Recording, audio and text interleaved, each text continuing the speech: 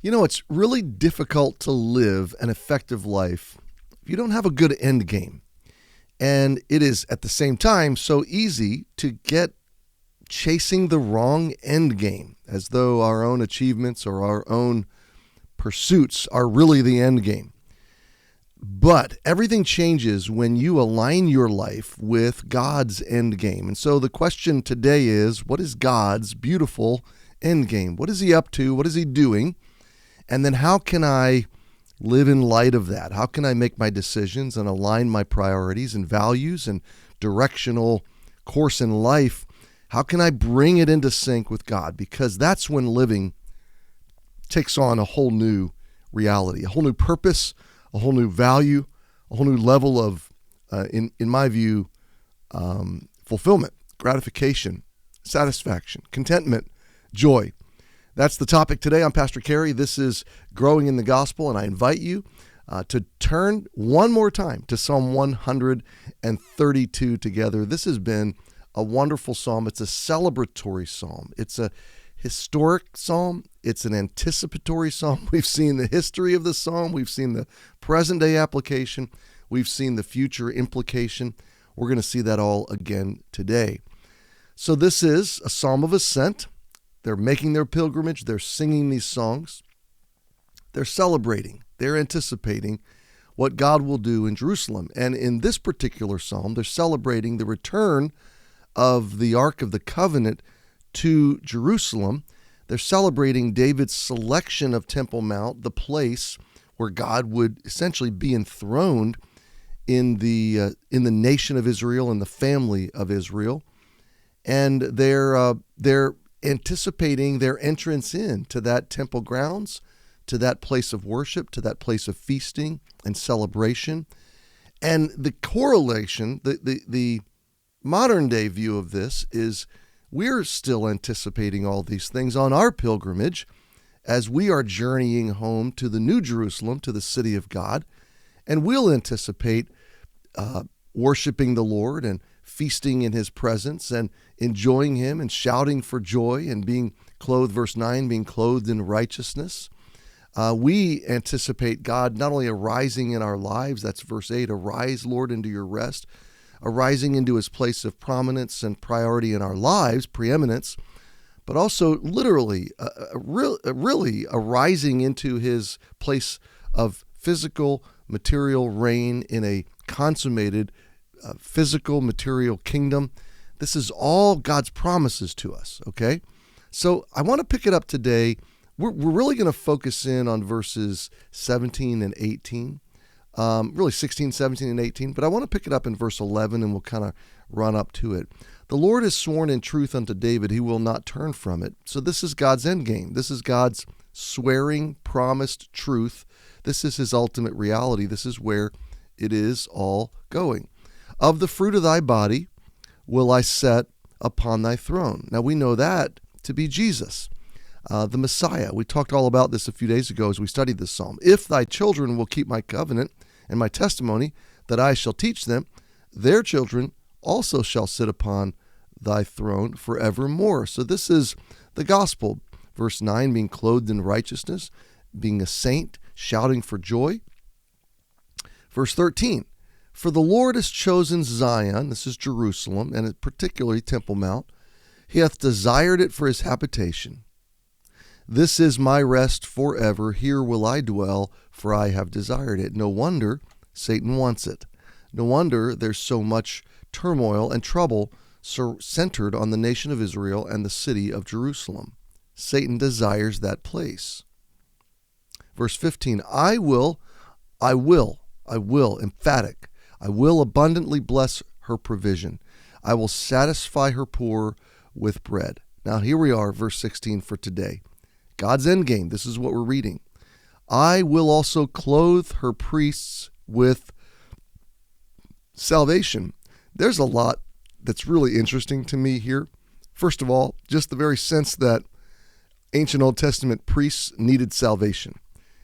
If this were a works-based system, they would not have needed salvation. They would have earned it. They would have already achieved it. They need salvation. Secondly, verse 16, that their salvation is conferred upon them. It's not something they achieve. They don't get it because they're priests. They need it. It is an act of grace and mercy from God. He clothes them. How cool.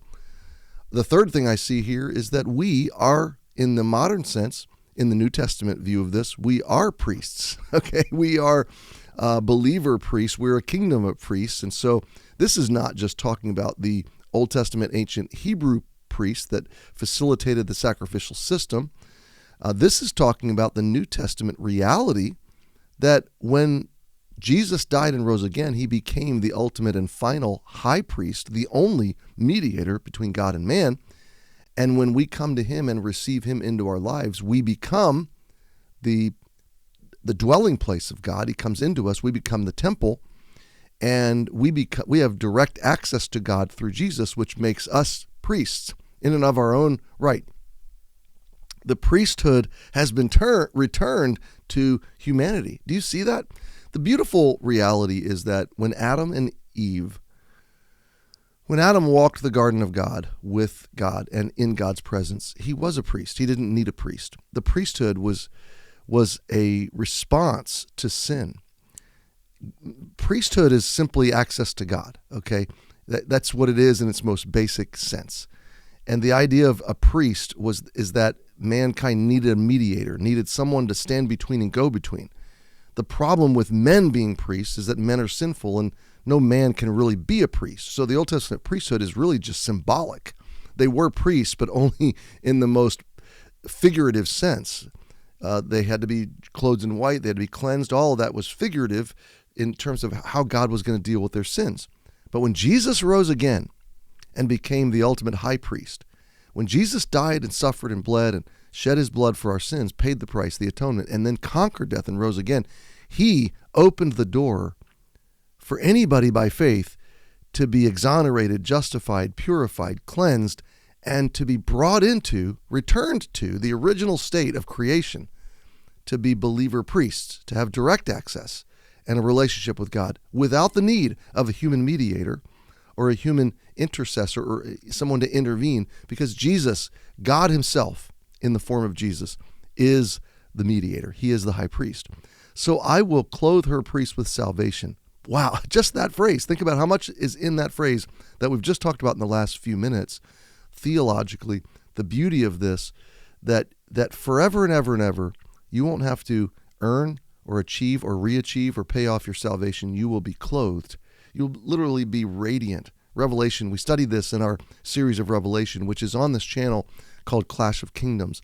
And there's this moment where Jesus presents the bride, and it's really all New Testament believers, and they are radiant in white as a bride adorned for her husband, John said.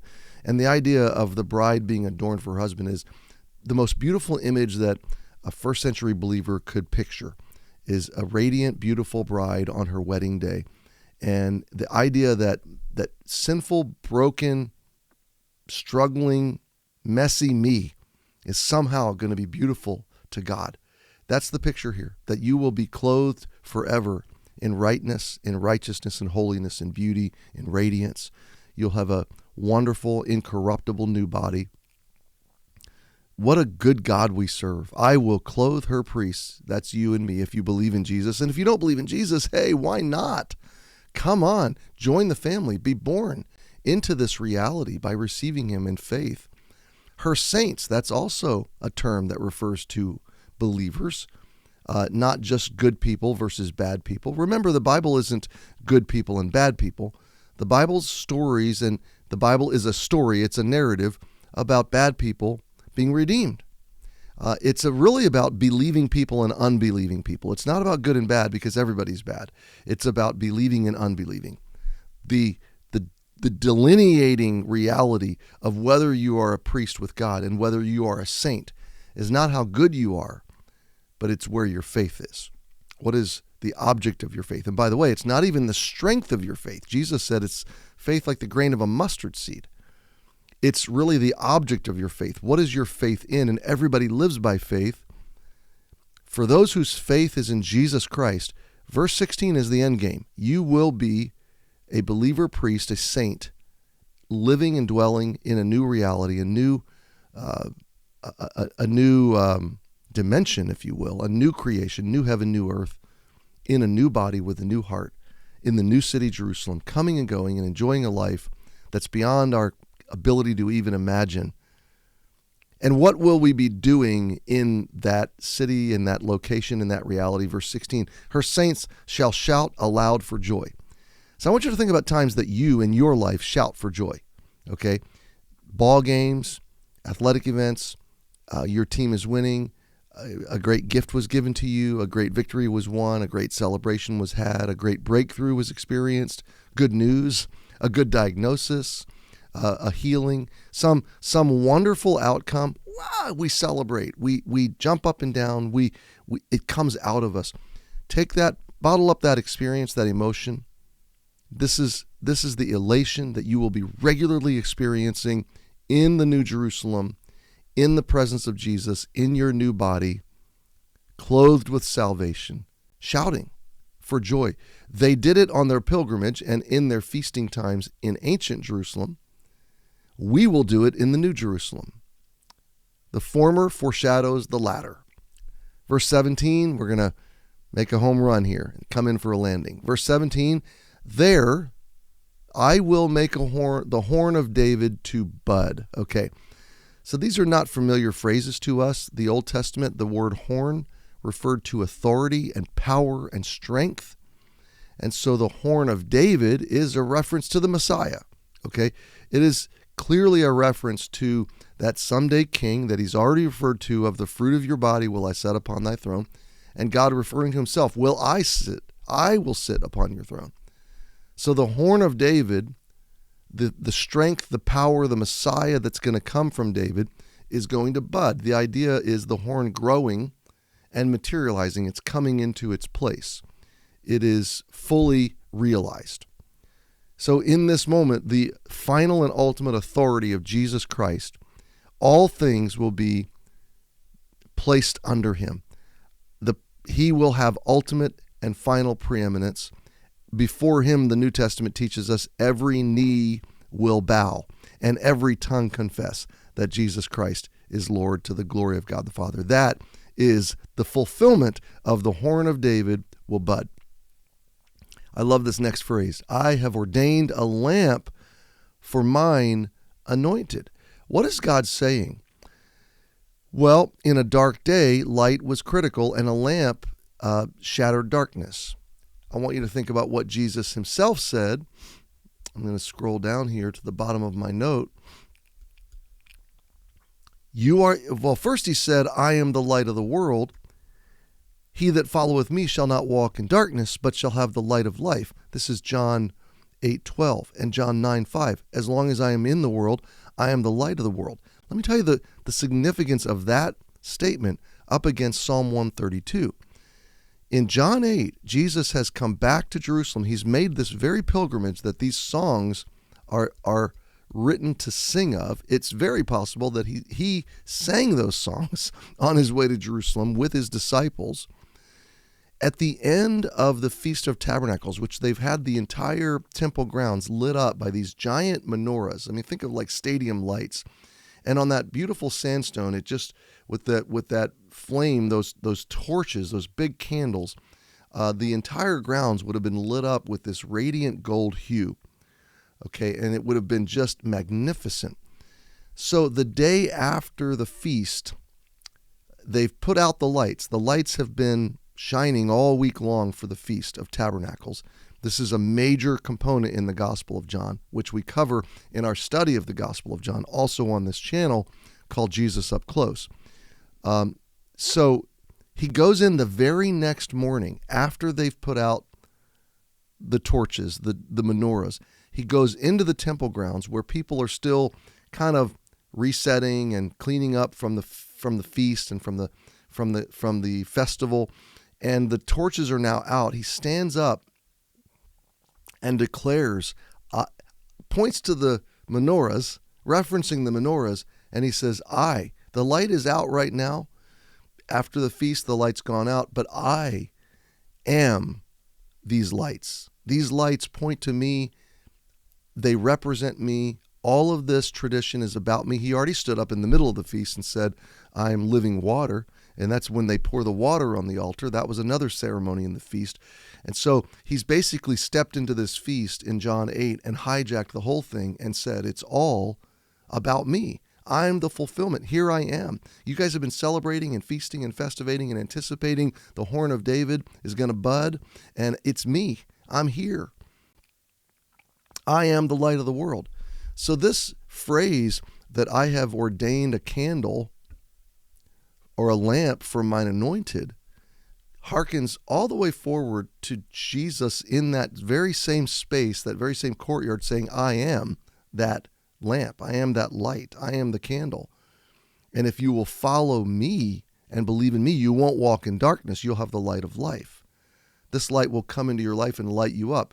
This is why I called this living, God's beautiful end game, living by God's end game, because this is where it's going. And the more we can anticipate and live in the light of this light that comes into our lives, the more we're living in truth, the more we're holding loosely to temporary things and more tightly to eternal things, the more we're living for eternal things and enjoying temporary things, but living for and loving eternal things, and holding that tension in place in our lives. It's so delicate, and we can so fall into the trap of temporal materialism and get our hopes and our dreams embedded into things that are here and now, where Jesus steps in and says, I'm the light of the world, and we're going to end up in real light, eternal light, everlasting light. So live with that in mind. So God said, I've ordained a lamp for mine anointed. There's one more thing I want to draw out here, and this is how God's mind works. This is how the Word of God works. This is how Hebrew poetry works.